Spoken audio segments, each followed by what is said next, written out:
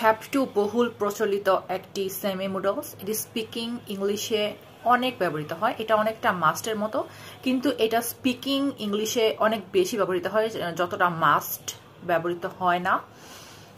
Have to মূলত আবশ্যকতা, obligations, বাধ্যবাধকতা বা কাজটি করা জরুরি এমন কিছু বোঝায়। যেমন সামনে আমার পরীক্ষা, তো আমি বললাম যে I have to study hard. আমাকে খুব পরিশ্রম করতে হবে বা আমাকে খুব বেশি পড়তে হবে। I have to study tonight. আর আই হ্যাভ টু গো, এখন আমাকে কোথাও যেতে হলো, যেটা আমি কাউকে বলে রাখছি বা কথা দিয়ে রাখছি যে আমি ওইখানে যাব, বা আমার দেখা গেলো আমার কোনো রিলেটিভস, আমার কোনো আত্মীয় অসুস্থ, তো সেখানে আমি কারোর সাথে দাঁড়িয়ে কথা বলতেছি, তখন তাকে বলতে হলো যে আই হ্যাভ টু গো, আমাকে যেতে হবে, বা আমার তাড়া আছে, আমার কোনো একটা কাজ আছে, আমি এখানে এখন থাকতে পারতাছি না, তোমার সাথে সময় দিতে পারতাছি না, আমি যেই কাজটা করতেছি সেটা এখন করতে পারতাছি না, আমাকে এখন যেতে হবে।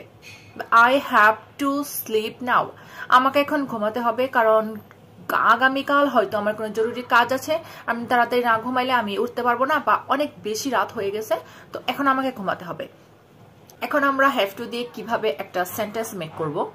এটা স্ট্রাকচার মূলত সাবজেক্ট, তারপর হ্যাভ টু আর হ্যাজ টু হবে যখন subject third person singular number হবে, তখন হ্যাজ টু হবে।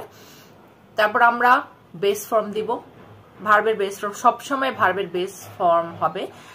এবং আমরা যেভাবে এটা নেগেটিভ করব, সাবজেক্টের পরে ডু নট বা ডাজ নট, এবং তারপর হ্যাভ টু, এবং তারপর ভার্বের বেস ফর্ম ব্যবহার হবে।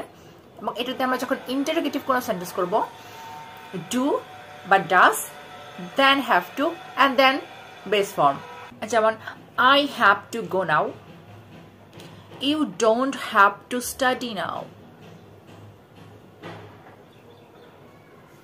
Do you have to go,